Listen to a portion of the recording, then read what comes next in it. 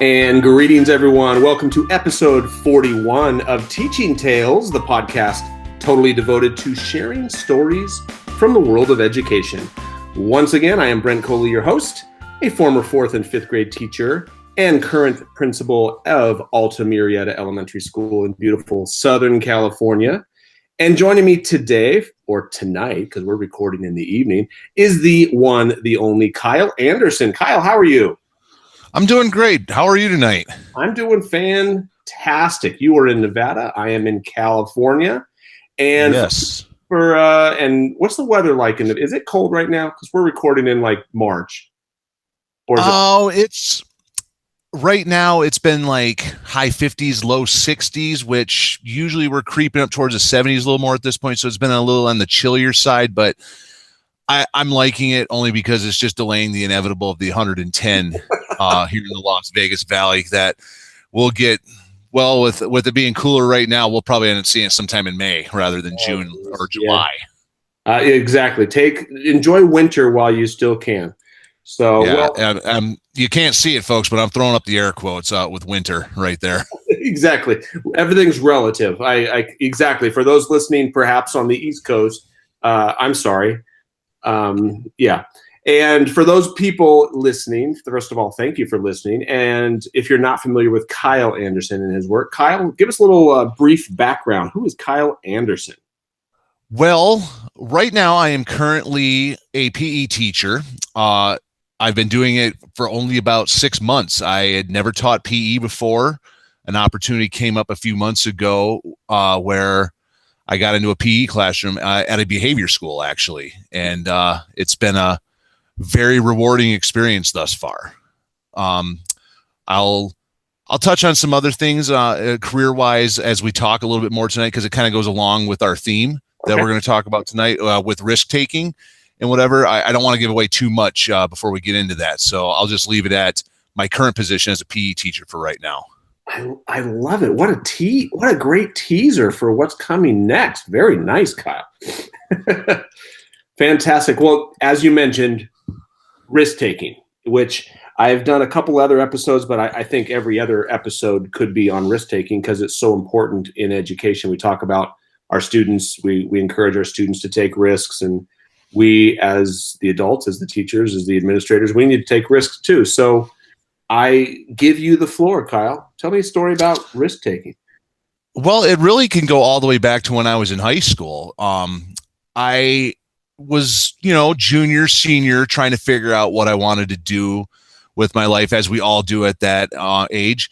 And one of the things that I started to go through the whole process of applying for the U.S. Naval Academy. I completed the packet you have to complete and gotten some references. And the one thing I needed still was you have to have a letter of recommendation from one of your state senators. So I was in the process of starting to work on getting that. And then I played football in high school, and I started getting recruited by a handful of schools where I was growing up. I grew up in Michigan, and I got a call from a couple of them to come do some visits. And all of a sudden now it's looking like I could potentially play some football in college. So I started to weigh out the option that I could either go off to the Naval Academy, take the risk of putting in 8 years to a school and a career that who knows if I'm even going to like it, and getting out of something like the Naval Academy is just something you can't do.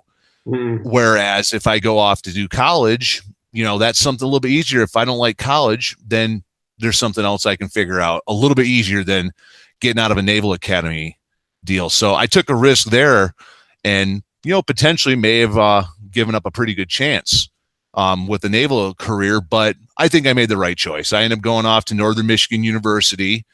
I majored in biology with a chemistry minor for about 1 semester, and realized that as much as I love science, wasn't sure I want to do it with my whole life. So I switched over to social studies.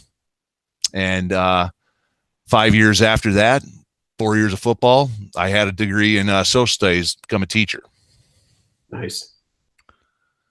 From there, then it's looking for a job. And this is in 2005 back in Michigan. And a lot of people, we had the crisis a few years ago at the economy, 07, 08, 09, where unemployment throughout the country was 12, 13%, other places much worse.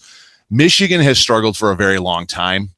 The auto industry's collapse in the 80s and the 90s really hurt the economy of Michigan. In fact, in the last census, Michigan was the only state to actually have lost population versus every other state grew. Michigan actually lost population from 2000 to 2010.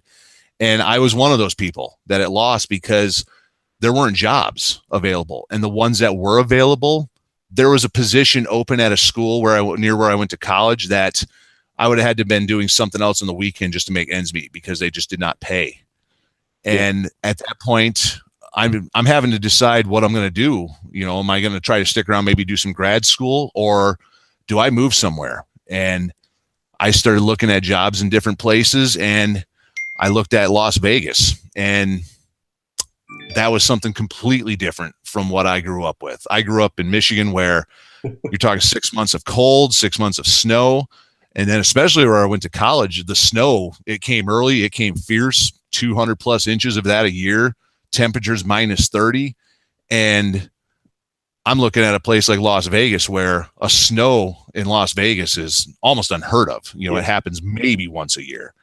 So all of a sudden I decide that I'm going to pack up all my stuff with my girlfriend at the time, which was another risk in its own, and move 2,000 miles away and go settle in a place that I'd visited a couple times, but I knew nothing about what it was going to be like living there.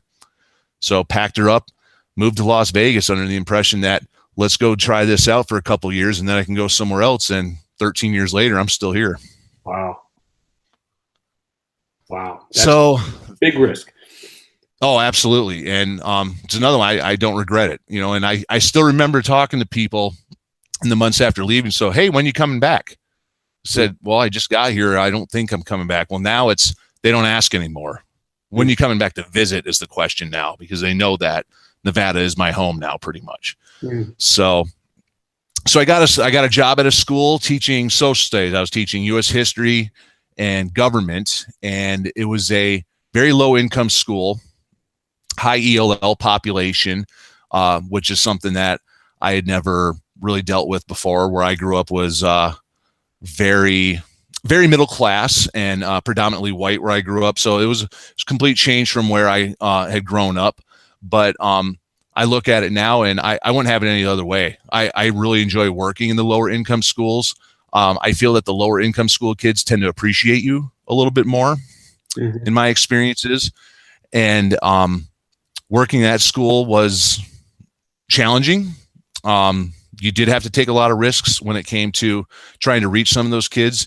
And in the beginning, it was a lot of trying to teach how I had been taught, a lot of the different methods I had been taught with, which, a lot of note taking and, not PowerPoint, overheads. I'm sure you remember the old overhead. Projectors and transparencies. Yes, I had a book of those my first couple of years.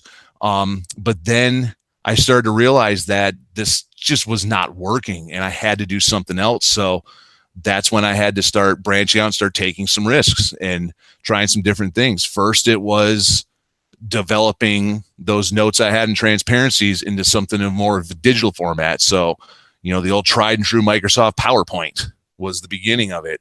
And that worked out for a couple of years, but then it's really not doing the job that it should either. So now I got to really start to figure out some different things I need to do in order to be a better teacher.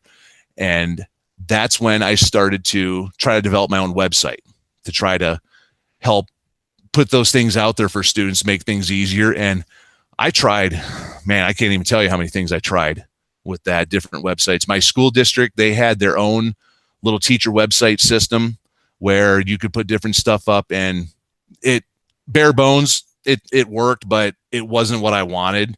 Yeah. So I tried that for a little bit. I tried to do a Weebly website for a little while to put some stuff up.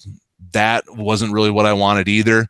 Then I just started using Google Calendar, where I would put assignments up with the attachments on Google Calendar and try to do that. But then you still had to rely on kids printing the stuff out either at school or at home. And, that was very hit and miss. And I decided to dump that. And I was finally about ready to just go back to building a Google site or something when I believe it was 2014 was when Google Classroom came out. The game changer. I look back at it now and it was absolutely the game changer. At the time it came out, I believe we were back for our staff development days before school starts. And I was in my classroom, had it all set up and was getting ready to start plugging away at building a website. And I get this email that there's this new thing called Google Classroom. So I take a look at that and I start toying around with it. I'm like, wow, this looks pretty great. I'm going to try this out. Who knows if it's going to work? And when I look back at it now, I was talking to a Google rep a couple of years ago, and I said that when Google Classroom first came out, it wasn't the best of tools compared to what it is now. And he said, yes, it was very feature deficient. And I kind of chuckled when he said that, because it was a perfect description for it, but it was the way he said it. So now whenever somebody says something about an app being terrible or something like that, I'm like, that's not terrible. It's just feature deficient. I like that. Yeah. So, but as time went on, that platform started to develop more and more, and I was able to start taking more risks with things. Some of the projects I would have never been able to have done with students before, I could now do using Google Classroom. And I had never done video projects before having Google Classroom, which could I have done that before Google Classroom? Absolutely. But it never really crossed my mind to do something like that because I just didn't think the kids were really prepared. But once I had to get them more prepared to use Google Classroom and teach them how to use that platform, that gave me the idea that students could do more, whether it was a video project or if it was some sort of audio like podcasting type thing. I haven't really done a true podcasting thing with students before, but there's different projects that I've done before where students did audio recordings for it. But there was just so much more that I was doing as a result of being able to go digital. And then within a short period of time, I was able to go 100% paperless because Google Classroom could do that thing, and in the beginning, it was a lot of the S of SAMR, the substitution part, where I taught US history at the time. So it was a lot of, in the beginning, I had like my vocab list for a unit where I'm putting up on Google Classroom and students are working on that. So you're taking at that point, a worksheet and you're just putting it digitally. But eventually I was able to develop that to do different things with it, to where that vocab list, instead of it just being here's the words, define them, we did different things with those vocab lists. So one of them, I always did it with the American Revolution, was I had a list of about 15 words that were related to the revolution, like the Sugar Act, the Stamp Act, to where students had to take those lists and then they had to write a story using those words. But it wasn't necessarily a story related to the revolution. It was more of like just any kind, they could write it about anything. And I had this really corny like example story that I wrote where it was about me driving down the road and coming out, finding this restaurant in the middle of nowhere or something, but I incorporated all those words. And then the students took those words and did the same thing, and made their own stories. And then they present them to the class. And it was always a lot of fun to do. But as time goes on, some different opportunities started to come up for me that, because I was an early adopter of a lot of the Google stuff, my district went to Google, and then they were needing people to train other teachers using Google tools, and I became one of those people. And it wasn't because I was somebody that was relied upon in the district for training teachers. It was because I knew the material. So all of a sudden now I'm becoming somebody that's used a lot in professional development, and I really developed a passion for doing that as a result. Working with teachers to develop their skills, and whether it's Google tools or really any other digital tool, really became a lot of fun. I do spend some time on weekends doing a lot of that stuff now. I've done some different conferences around the region. Went to California a while back and did one up in Visalia. That was a lot of fun. All because I was willing to take those risks early on, to start developing myself. As I mentioned a few moments ago, I was 100% paperless in my classroom. I haven't used a flash drive in years, because why would you need a flash drive if you have Google Drive? Mm-hmm. And if your school's not Google, you got Microsoft Office 365 now with OneDrive, so you don't need that flash drive if you're a Microsoft person at this point either. So some different opportunities started to come up for me. And I was presented with one a couple of years ago where our district had digital learning coaches, which in California, they tend to be referred to as TOSAs, Mm-hmm. teacher on special assignment. And they had some openings for these digital learning coaches where they would be assigned 5 or 6 schools where they would go like once a week, work with teachers, start implementing some technology into their lessons. So I talked to my wife about it and said, this is something that I'm passionate about, and I think would be a great opportunity, especially because at the time I was working on my admin credentials. I looked at it as an opportunity to where if I started working with teachers more on a one-on-one basis, it could potentially help me to be a better administrator down the road. So I applied for this position, and within a couple of weeks after interviewing, I get a notification that I need to come down to the office to talk to the person that interviewed me again, because they were offering me a position as a digital learning coach. So this was in April of 2016, and I was thrilled, very excited about it. Notified my administrator about it, so they had to open up my teaching position so they could hire somebody else new, and I helped that person out with everything that they're going to need in the classroom, because I was an AP teacher, so that he was going to be teaching AP for the first time. So I helped that gentleman out with that.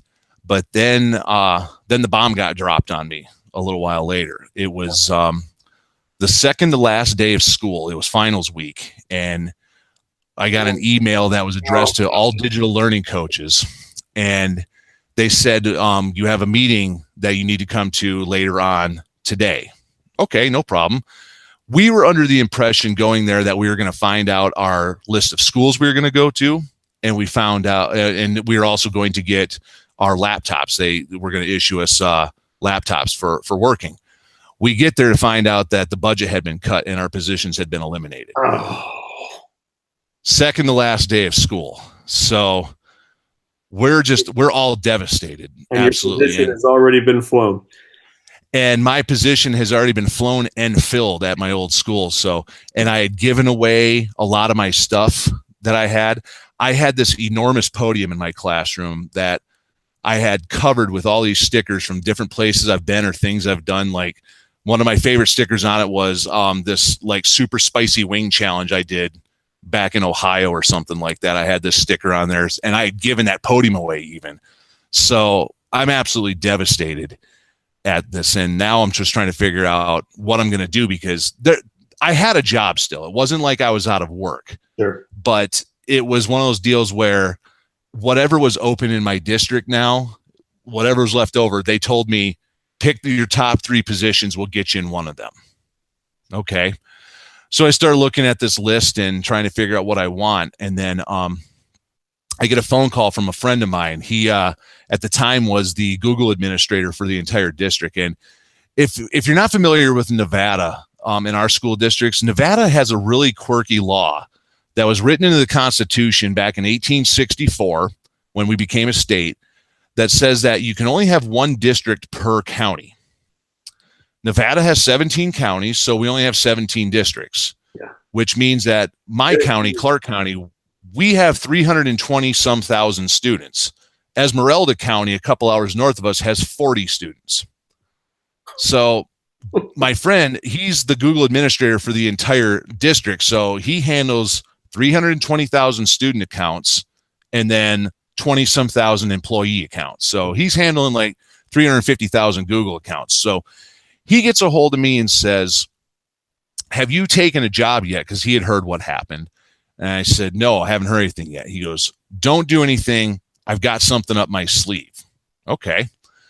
He puts me in contact with a principal at a high school that had saved a teaching pack specifically for a digital learning coach, because he was trying to build his school into a one-to-one Chromebook school. And he had just lost his digital learning coach to a promotion. And he said, I would like to talk to you about this. So I drive out to the school, talk to him about what he's trying to do and what he's looking for. And You could look at it as taking a risk, but to me, it wasn't a risk. It was exactly what I wanted to do. But instead of 5 or 6 schools, it was one school. And so I signed the paperwork 20 minutes after talking to him to become his digital learning coach. And he was going to put me in control of a tech budget to help him to build his school up to 1-to-1. He had already upgraded his Wi-Fi network and different things, and it was going to be a great opportunity. At the same time, I had just finished up our district's leadership academy, which in order to become an administrator in our district, you have to go through a 13-week program to help you prepare to be an administrator. And I just finished that up. And if I rewind a little bit to that one, that was another thing that I kind of look like as taking a risk, because while I had my admin credentials, I wasn't 100% sure I wanted to do it just yet. Just because I enjoyed being in the classroom, I enjoyed teaching. So wasn't sure if I wanted to do it. My principal at the time said, well, listen, if you're thinking about doing it in the next couple of years, you may want to try to get into this program. So I got into the program, went through the whole thing. And even as I was going through, I'm like, I really don't know if I want to do this. So I love the classroom. My family time is very important to me right now. We'll see down the road. So going back to starting at that school as their digital coach, very tough. You had a staff that, while willing to learn, many were kind of stuck in their old ways, and technology wasn't something they wanted to get involved with. So I did have a lot of days where I spent a lot of time in the office trying to come up with things to entice people, and then I'd have 3 people show up to the after school thing for it. So it was tough, but it was also enjoyable. It was challenging, especially when a district server kicked 20,000 student email accounts out, and we had to basically reset all the school. Me and my partner had to reset 1,500 student accounts one by one, pretty much over the first 2 weeks of school. It was brutal, but at the same time, though, it was a great challenge. It really helps you to appreciate things a little bit when you all of a sudden have to fix that many student accounts. So over the course of about 6 months, I worked that deal, did a lot of great things, I like to think, at that school. But then that administrator bug started to bite a little bit. Started to realize that, maybe I do want to do this now and get into it. So a few months in, and the principal that I worked with, he was great. He knew ahead of time, and he said he'd actually be offended if I wasn't looking for administrator jobs, because he wanted people to move up. So he was great in helping me to apply for positions and prepare me for interviews and whatnot. And eventually, about 6 months after starting that position, I was appointed as a dean of students for a middle school. So something absolutely brand new. A lot of hours of talking with my wife about whether I should do it or not, what schools I should try to apply for, different things, because we both knew it was going to be a lot of extra hours. It was going to be a lot of extra stress, a lot of new things that I was going to know nothing about, that I'm going to have to learn on the fly.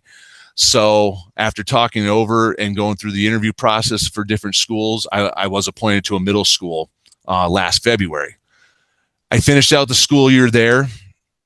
I did a lot of things trying to help out their staff with the technology stuff as well, because that was one of the things I prided myself on when I went into interviews, that I really wanted to help a school out to develop themselves that way. And this principal as well, she was very interested in buying Chromebooks and getting teachers trained in how to use them. So and incorporating that more into the classroom as well.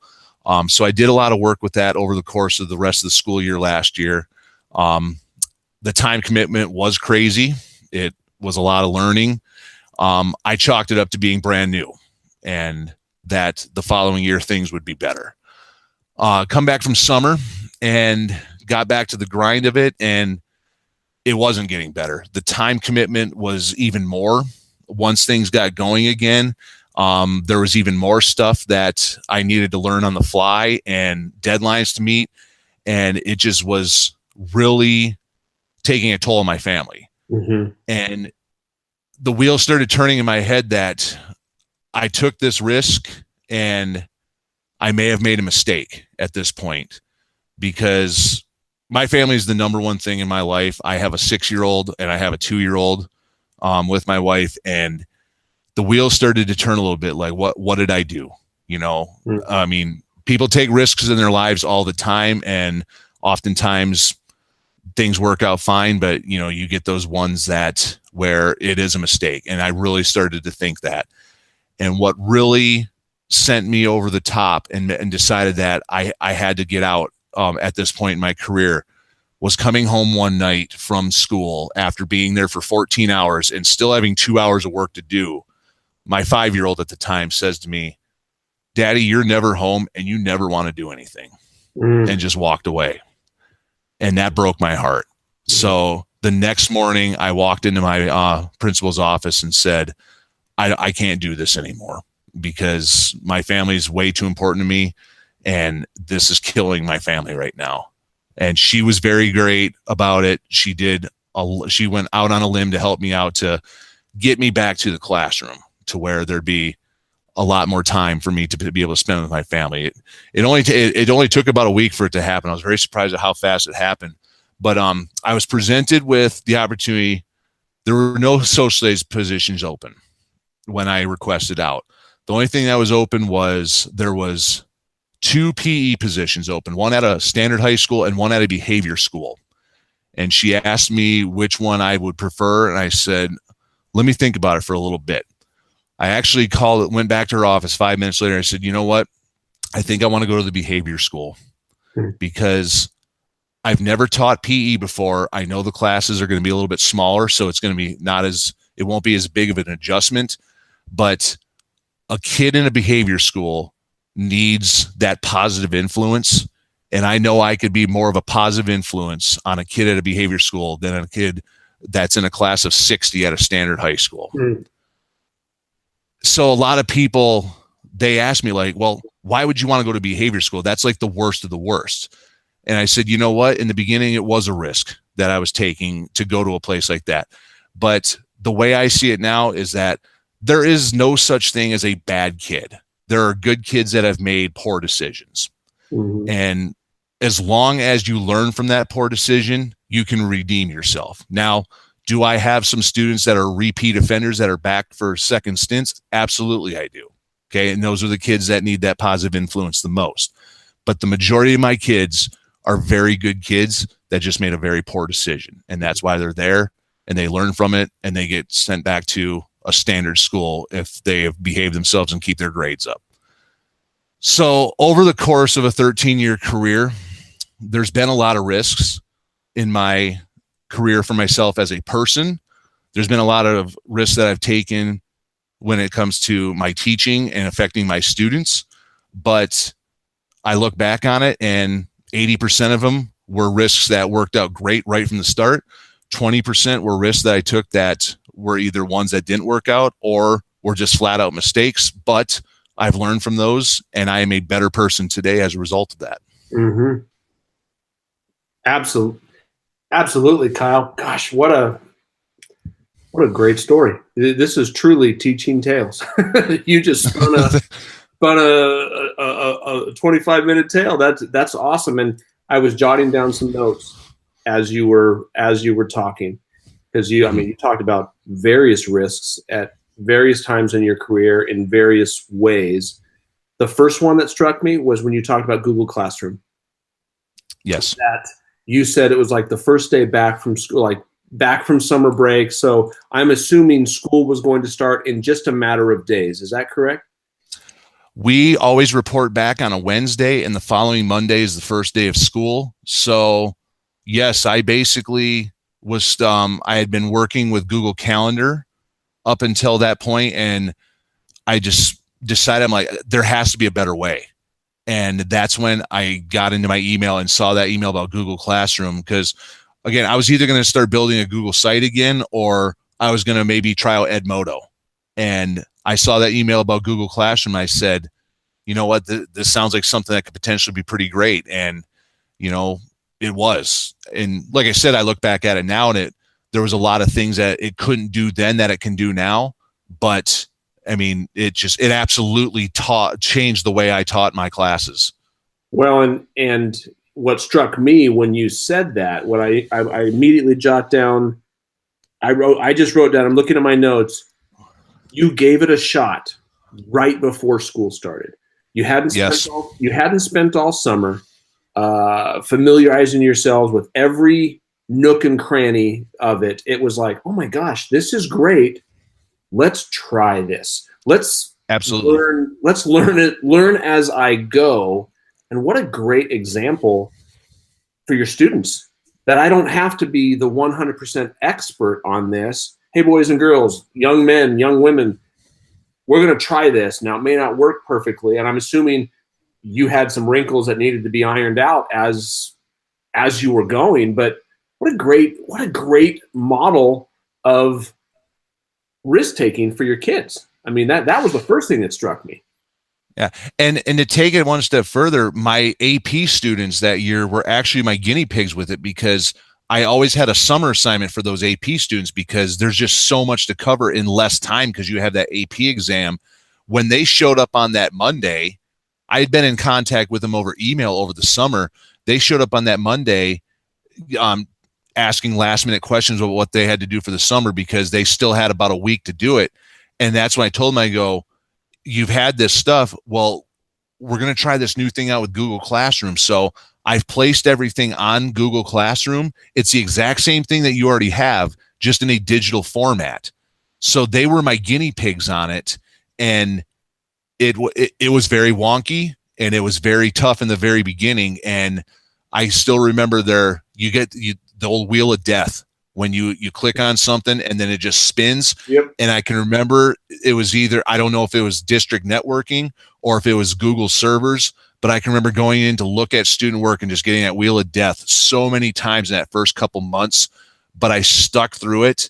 And eventually it became me. It became what I was as a teacher and how I taught, because I was willing to take that risk.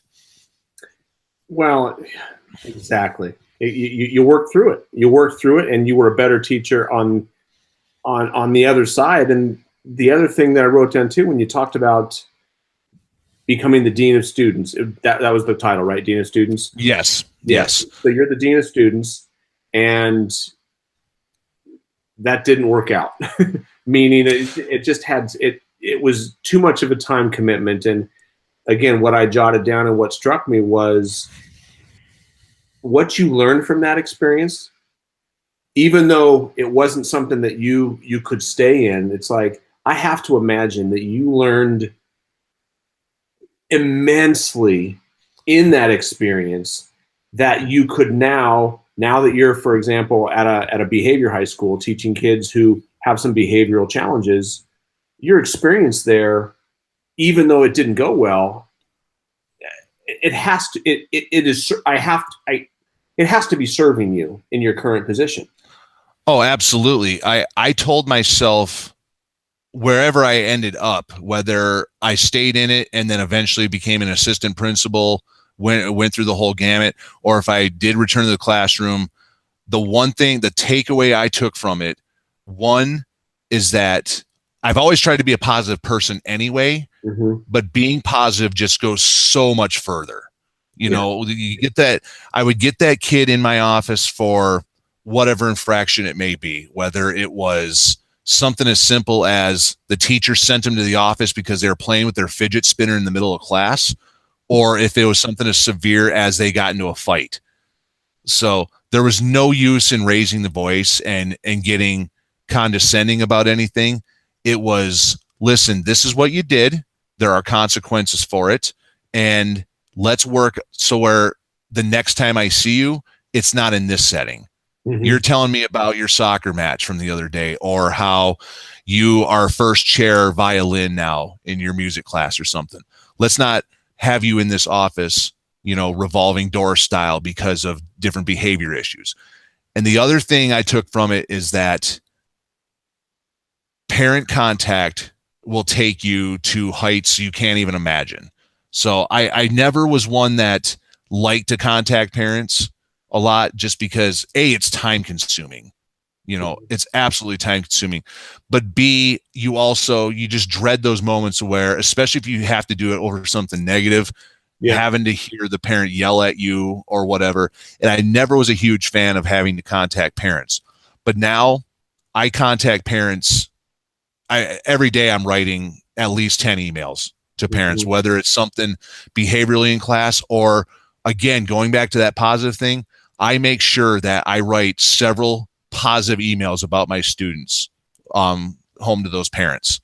And I get the emails back sometimes. I don't get a lot of emails back, but the one that I wish I had it up in front of me right now, I wrote home a parent a couple of weeks ago and told her how much I enjoyed having her son in my class and what a great influence he was on others, and that it's a behavior school. He's eventually leaving, but I'm going to miss him because of the positive attitude that he has. And she wrote me back saying that she had never heard a teacher say anything like that about her son, and that it brought a tear to her eye. And that one, I saved that email, and that one will be with me for the rest of my life, because that right there, that's why we do this. When I hear something like that, I know that I'm doing something right. Yeah. Well, it wasn't a mistake. Going back to, it's kind of like, so often we try something and it doesn't work out, and we can in our mind say, well, that was a mistake. That was a learning experience. I mean, like, because I took a similar risk after spending 15 years of teaching at elementary school. My first admin job was an assistant principal at a middle school. When that opportunity came up and applied, it was like, that was a big risk. Like, I've never done middle school before. And that was the same way. I had never done middle school. So I always taught high school, and then I was a middle school administrator, and it was just the conversations, the way you approach kids are a lot different when they're that age. And then the things that, like, a kid would come in crying about something, and you're like, what are you even doing right now in the back of your mind? Because, you never had that experience with a high school kid. Because you're fighting biology at middle school. Okay? Right. They don't even know who they are. But but what I learned from that experience, like what you learned from that experience, invaluable, incredibly, a lot of challenges during those couple of years, but I wouldn't trade it for the world, because now in my current position, nothing surprises me. In terms of, nothing surprises me now. And similar to you, when you're with your position as dean, now you move to a behavior school, and it's almost like a lateral move. I don't know. I'm guessing. I'm not, but you've seen a lot, so it helped prepare you, even though it wasn't going to be your long-term landing spot. It helped. Right. That risk prepared you for something else. Absolutely. Yeah. So, again, I always try to, like, when people share their stories, I want, like, what's the moral of the story, so to speak? For anyone listening, for any teacher or administrator, but specifically to speak to teachers, going back to your Google Classroom, you do not have to be the expert in something to give it a shot. And if you're working with kids, your kids will help you out. Give it a shot, because you did it with Google Classroom the Wednesday before school started on a Monday, and look where you are now. Right. So that's you give it a shot, and then have a sense of humor about it. I can't tell you how many times I've tried to do something in class and it's completely fallen on its face, and like, well, that went well, and just, you laugh it off and you try it again. You tweak something, you try it again. And, the first time I ever did Kahoot in a classroom, and, not really realizing that, you figure that high school juniors would be mature enough not to put up dirty names on the Kahoot, but all of a sudden you got a screen full of, names that not necessarily appropriate. So, Oh, wait a second. So it's a risk you take, but you have a sense of humor about it when you take those risks, and, you just keep plugging. You make that mistake and you keep going. Exactly. And in regards to administration, my experience didn't scare me from ever becoming an administrator again. It just made me realize that right now was not the right time. Mm-hmm. With a young family at home, that time commitment, it just wasn't the right time. And I'm still a relatively young man. I still have several years to go before I reach retirement age. And who am I kidding? I'm not retiring at 54 anyway, because nobody can afford to do that anyway. But so down the road, when the kids are older, I could definitely return to it, because I'll have that commitment and I'll have the experience behind me as well. Even though I only was in that for 6 months, like you said, I learned so much during that 6 months. Yeah. Something that I can apply to my teaching, and I don't have to be an administrator, but I'll be that much better prepared down the road, knowing what's going to be there versus going into it blind like I did this time. Yeah. Yeah. Wow. Good stuff. Kyle, thank you so much for sharing that. Hopefully people listening are getting something out of this and are encouraged to give it a shot. Take that risk. If it doesn't work the first time, don't quit. If it doesn't work the second time or the 32nd time, keep going, because, and again, you're modeling for your kids. You were a person model for your kids. So thank awesome. you. Hey, Kyle. And thank you. Thank you for having me. Appreciate it. This was a lot of fun, and I'm really looking forward to seeing you here pretty soon at Q18 and future events. And I invite you to come up to Las Vegas, come to some of our events up here, and you're always welcome to come as just a participant, or if you ever want to present, you are more than welcome. Well, thank you. I've got sister-in-law who lives in Vegas, so maybe I'll take you up on that sometime. Sounds great. So, and for anyone wanting to connect with you, where can they find you? They can find me on Twitter. My handle is @AndersonEdTech, and same thing on Voxer. Email andersonedtech@gmail.com. And then my website /blog is www.andersonedtech.net. The blogs tend to be kind of professional /biographical, where I talk a lot about experiences I'm having at the time, or new tools I've been trying and loving different things. And every now and then, if it fires me up enough, I will get a little bit political. Not often, but not even more like not so much politics. But one of my blogs from last summer was I really believe that we need to do more about depression and mental health. And it was, I was inspired right after Chris Cornell had passed away, the lead singer from Soundgarden. I wrote a post that was inspired by that.